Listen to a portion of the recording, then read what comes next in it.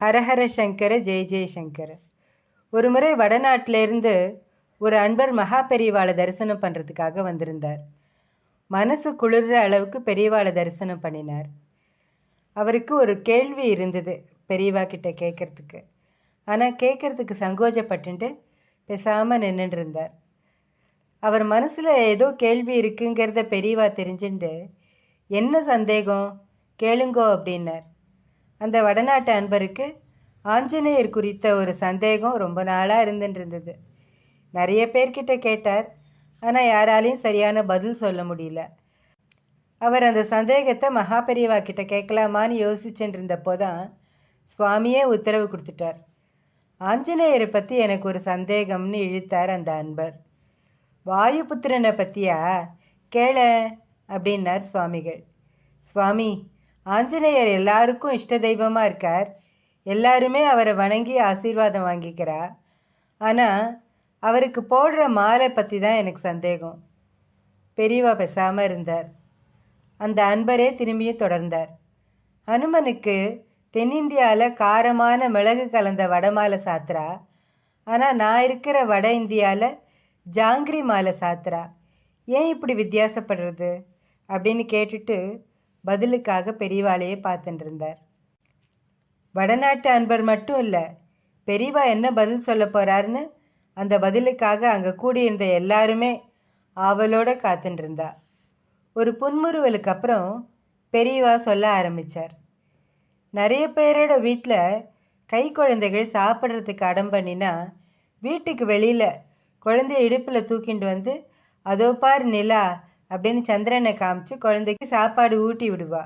அந்த அழகான நிலாவை பார்த்ததும் அந்த சுத்தமான காற்றை சுவாசித்ததும் அந்த குழந்தைகள்லாம் அடம் பண்ணாமல் சமத்தா சாப்பிட்டுடும். குழந்தைகளுக்கு நிலா விளையாட்டு பொருள்னா ராமதூதனான அனுமானுக்கு சூரியன் விளையாட்டு பொருள். அதுவும் எப்படி? பார்க்கறதுக்கு ஏதோ ஒரு பழம் மாதிரி காட்சி தந்த சூரியனை அடுத்த க்ஷணமே தன்னோட கையில் பிடிச்சி சாப்பிட்டுடணும்னு ஒரு தீராத ஆசை வந்தது அனுமாருக்கு. மனுஷ வாழ்க்கையோட ஜீவாதாரத்துக்கு காரணமான சூரியனை சாப்பிட்ற பழம்னு நினச்சிண்டு அனுமான் அடுத்த க்ஷணமே அது தன்னோட கையில் வந்துடணும்னு விரும்பினார். வாயு வேகத்தில் வானத்தில் பறந்தார்.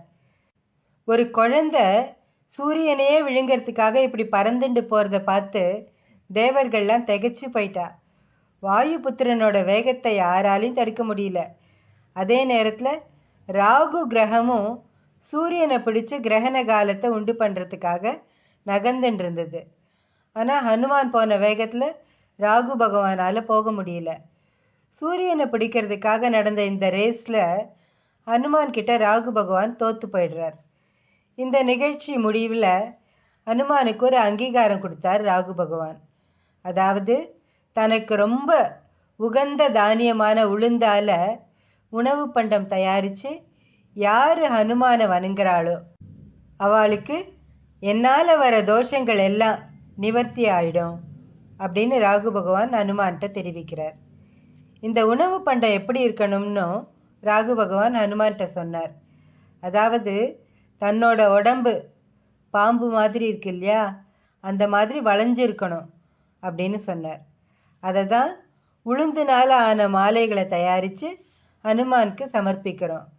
ஆக ராகு தோஷத்தால் பாதிக்கப்பட்டிருப்பவர் உளுந்து தானியத்தால் ஆன வட மாலைகளை ஹனுமானுக்கு சாத்தி வழிபட்டால் ராகு தோஷம் நிவர்த்தி ஆயிடுங்கிறது இதிலேருந்து தெரியறது. இப்போது மிளகு வடை ஜாங்கிரி விஷயத்துக்கு வரேன். வடையாகட்டும் ஜாங்கிரி ஆகட்டும் ரெண்டுமே உளுந்துனால் செய்யப்பட்டவை தான். தென்னிந்தியாவில் இருப்பவர்கள் ஹனுமானுக்கு உளுந்து வடை மாலை சாத்தரா. இங்கே உப்பளங்கள் அதிகமாக இருக்குது.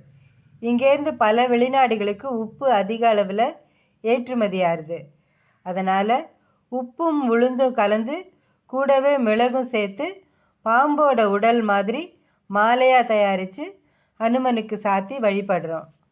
வட இந்தியாவில் பல மாநிலங்களில் கரும்பு விளைச்சல் அமோகமாக இருக்குது. சர்க்கரை பெருமளவில் அங்கே உற்பத்தி ஆகுது. அதை தவிர வட இந்தியர்களுக்கு இனிப்பு பண்டங்களை அதிகமாக விரும்பி சாப்பிட்ற பழக்கம் உண்டு. அவளாம் ரொம்ப இனிப்பு விரும்பிகள். அதனால தான் அவள் உளுந்தினால ஆன ஜாங்கிரி மாலையை ஹனுமானுக்கு சாத்தி வழிபடுறா. எது எப்படியோ ஹனுமான் கிட்ட ராகு பகவான் கேட்டுண்டா மாதிரி உளுந்து மாலைகள் ஹனுமானுக்கு விழுந்துட்டே இருக்கு. அது உப்பாக இருந்தானே சர்க்கரையாக இருந்தானே மாலை சாத்தி வழிபடும் பக்தர்களுக்கு ராகு தோஷம் தொலைஞ்சு போனால் சரி அப்படின்னு சொல்லிட்டு மகா பெரியவா சிரிச்சா.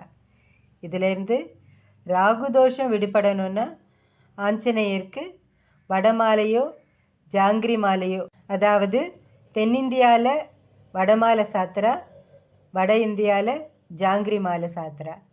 பக்தியோடு சாத்தினா ராகு தோஷம் நிவர்த்தி ஆகும். ஹரஹர சங்கர, ஜெய் ஜெய் சங்கர, காஞ்சி சங்கர, காமகோட்டி சங்கர.